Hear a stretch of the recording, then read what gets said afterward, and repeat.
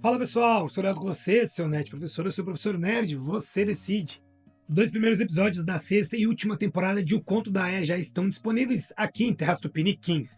Eu já fiz minha análise do episódio 1 e eu vou deixar ela aqui no card para vocês. E hoje é dia de analisar o segundo episódio, Exílio. Depois de um episódio impactante, todo repleto de tensão e dramas pesados, será que o segundo episódio da série manteve o ritmo? Vamos descobrir agora. Vem comigo. Oi. Meu nome é Juna. Vamos trazê-los de volta. Vamos aqui àquele momento chato, mas necessário. Já deixou seu like aqui no vídeo?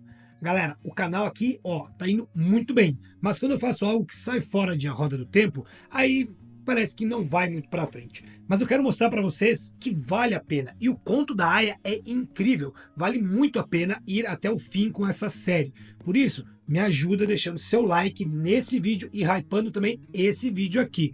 Quase ninguém está fazendo conteúdo dessa série aqui no YouTube. E se você ainda não me conhece, bem-vindo ao Nerdson. Aqui eu falo de filmes, séries, livros, animes e mais. Por isso, já se inscreve no canal e ativa o sino das notificações para receber aquele aviso do YouTube sempre que um vídeo novo sair aqui no canal. Antes de mergulhar no episódio, vale a pena esclarecer algumas informações importantes. A nova temporada ela vai estar disponível exclusivamente no Brasil pelo Paramount Plus. Você pode assinar o Paramount dentro do Amazon. Porém, iremos receber os episódios com uma semana de atraso em relação aos Estados Unidos. E isso acontece porque, embora O Conto da Aia seja uma produção original do Hulu, né, essa plataforma nos Estados Unidos, esse serviço de streaming não está disponível oficialmente no Brasil, o que faz com que a distribuição da série aqui ela aconteça de forma mais fragmentada. Atualmente a gente pode conferir as temporadas anteriores tanto na Disney, no Globoplay e também na Amazon. A sexta temporada vai contar com 10 episódios e os 3 primeiros já estrearam nos Estados Unidos no dia 8. Aqui estreou no dia 9 e apenas o primeiro e o segundo. Como eu disse, isso significa que vai ter um atraso de uma semana em relação ao cronograma americano. E eu acho que isso é por causa da dublagem, ou mais provável é porque a Paramount não tem tanta relevância em território brasileiro e assim eles não conseguem fazer a coisa sair ao mesmo tempo. Aqui no canal a gente vai analisar os episódios conforme eles saírem para nós, aqui do Brasil. E eu já vou adiantar, tá? Todos os meus vídeos vão conter spoilers. Então, se você é do tipo que prefere evitar qualquer revelação antes de assistir, já fica um alerta. E curiosidades bem bacanas, tá? Os 2 primeiros episódios dessa temporada foram comandados, dirigidos por ninguém menos que Elisabeth Moss, que além de viver a protagonista June, também vem se destacando na direção desde a 4ª temporada. E olha, ela manda muito bem nos 2 papéis. A atuação dela já carrega uma força absurda, mas quando está por trás das câmeras, ela consegue extrair ainda mais profundidade das cenas e da própria personagem. Quem assistiu aquele episódio todo tenso em que a June é capturada pela tia Lídia sabe do que eu tô falando. Mesmo depois de tanto tempo longe das telas, a série retorna com a mesma pegada intensa e crítica que a consagrou. É verdade que dá pra gente discutir aqui a consistência das temporadas mais recentes comparadas com as primeiras temporadas. Como eu já disse, a 5ª temporada foi, muito arrastada. Mas a alma da série continua aqui. Os dilemas, os confrontos e os ideais da June seguem firmes, mostrando como a equipe criativa nunca perdeu de vista o propósito da narrativa. E o episódio 2 começa mostrando como que a Serena se virou após ter sido empurrada por June do trem. Sinceramente, eu estava preocupada com o bebê, né? Aquele bebê pequeno caindo de um trem em movimento, nada legal. No caso, a Serena ela vai conseguir abrigo entre um grupo de mulheres refugiadas, todas bastante religiosas, e é nesse ambiente que ela acaba se reconectando com a sua fé que estava meio abalada, apesar dela ainda sempre estar do lado de Gillet, daquele jeito, daquela ideia de Gillet, né? E também veremos mais ela lembrando do pai. Dá pra ver que eles tinham uma boa relação, bem diferente da que ela tem com a mãe. Talvez isso explique o desejo tão intenso da Serena em ser mãe, né? Ela queria dar a alguém aquilo que ela não recebeu da mãe dela. Também ficamos sabendo que o pai dela tinha Alzheimer, a gente vê o desenvolvimento da doença, e que ele também era o pastor.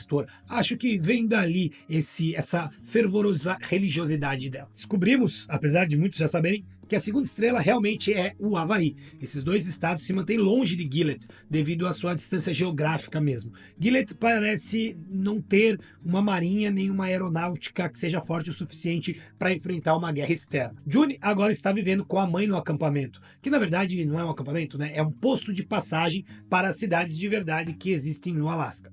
e ver Cherry Jones, que interpreta a Holly, e Elizabeth Moss contracenando de novo, depois de tudo que aconteceu, é muito incrível. A justificativa para a sobrevivência da Holly faz sentido. Ela permaneceu como médica nas colônias por muito tempo até ser resgatada pelo exército dos Estados Unidos. E então vamos ver também que os Estados Unidos estão de fato avançando contra Gilead, algo que já tinha sido indicado na 5ª temporada pelo Mark Twain. Holly agora trabalha na fronteira do Alasca porque sempre acreditou que a filha sobreviveria e voltaria para ela. Inclusive ela diz que criou June para isso, para ser uma sobrevivente. E é emocionante ver como a June mudou aos olhos da própria mãe. Tem uma cena em que a Holly deseja que a filha fosse menos impulsiva e mais ponderada, mas talvez a June de hoje seja ainda mais impulsiva do que a própria mãe já foi. A relação das duas nunca foi perfeita e continua assim, mas agora temos a pequena Nicole como um ponto a mais. E Holly, como avó, parece estar mais focada no bem-estar da neta do que jamais esteve no da filha. E aqui tem um easter egg bem interessante do spin-off que vem por aí e que vai ser baseado no livro Os Testamentos, pois o verdadeiro nome da Nicole, aquele que a June deu quando a menina nasceu, é o mesmo da avó, Holly. Só depois o comandante muda para Nicole e acaba ficando esse mesmo. Só saiba com certeza que, mesmo depois do fim dessa temporada, ainda veremos mais de Gilead. June, no entanto, vai precisar deixar o Alasca. Afinal, Moira e Luke se meteram em mais uma encrenca. Outra vez? Depois de Luke conseguir um habeas corpus, ele e Moira decidem se voluntariar e se alistam no Mayday, aquele grupo que tenta desestruturar Gilead. E é claro que eles acabam se perdendo lá. A June então vai deixar a Nicole com a avó e vai partir para buscar a galera. E a cena final, quando ela está indo até a sede do Mayday, fica ali intercalando com a Serena chegando em Nova Belém, o contraste entre as duas fica cada vez mais evidente. A relação delas já sofreu altos e baixos e cada dia está mais complexa. Com certeza essa última temporada vai ser um embate incrível entre as duas. Sobre Nova Belém é o que o comandante Lawrence considera a Gilead ideal, um lugar onde refugiados podem viver com liberdade, onde as mulheres podem ler e ter direitos, e onde as leis não são tão brutais, ou seja, sem execuções públicas e sem a obrigatoriedade das áreas. A missão de Lawrence é convencer o mundo de que Nova Belém pode ser diferente, e para isso ele precisa da Serena. Ele vai até onde ela está ali escondida e a convida para viver com o filho, Noah, e ela acaba aceitando. A cena na sala de jantar é maravilhosa, porque a gente vê que o Lawrence não é aquele beato como ele finge ser. E nem a nova esposa dele é tão beata assim também. Bom, os caras não conseguem fazer uma prece, uma oração.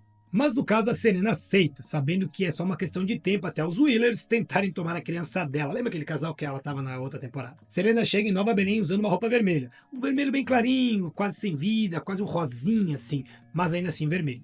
E do outro lado, a June também está de vermelho, mas um tom bem mais escuro, é quase preto. Essa paleta de cores não é por acaso, galera. O vermelho sempre foi presente, ele é um símbolo da série, como lembrete do que a série denuncia. Um outro detalhe é a etiqueta da orelha da June, que ela nunca removeu desde que chegou ao Canadá. E em uma conversa com a mãe, ela diz que não vai tirar aquilo porque ainda não acabou. E é verdade. Lembram da Emily? Ela tirou a dela logo que chegou, tentando assim uma ideia de seguir em frente. Mas não consegue. Porque não dá para superar Gilead enquanto quem fez parte daquele sistema opressor não pagou. Enquanto isso, o Nick está cada vez mais envolvido ali na sua posição de comandante e ao mesmo tempo de informante do Mayday. Porém, alguma coisa acontece, existe aqui um time skip de 2 meses no meio do episódio. E a partir daí algo fez com que ele parasse de responder ao Mayday, o que acaba sendo um dos motivos que vai levar a June a se juntar ao grupo de forma mais ativa lá nas terras de ninguém. Apesar da aparente calmaria, esse episódio mostra o que estamos esperando que aconteça. A série parece estar caminhando para a guerra, e o final é uma prova disso. June olhando nos olhos da gente, ela tá olhando nos nossos olhos e falando, vamos trazê-los de volta. Cara, aquilo praticamente é uma declaração de guerra. Eu tô bastante hypado para ver os próximos 8 episódios, e claro que eu já tô na pilha do spin-off. E como ele se baseia no livro Os Testamentos, eu quero ver como é que eles vão adaptar isso. Porque assim, a série já deixou a história do livro original de lado faz bastante tempo. Mas eu quero saber de vocês, comentem para mim o que estão achando dessa sessão finale, dessa obra maravilhosa. Minha nota para o episódio 2 é 7,5 e para o episódio 1, é que eu não falei lá na minha análise, é 8,5. Qual a nota de vocês? Lembra do like, se inscrever e de compartilhar o vídeo. Bora mostrar que o conto da Aya tá forte e ainda vive. Forte abraço e se cuide.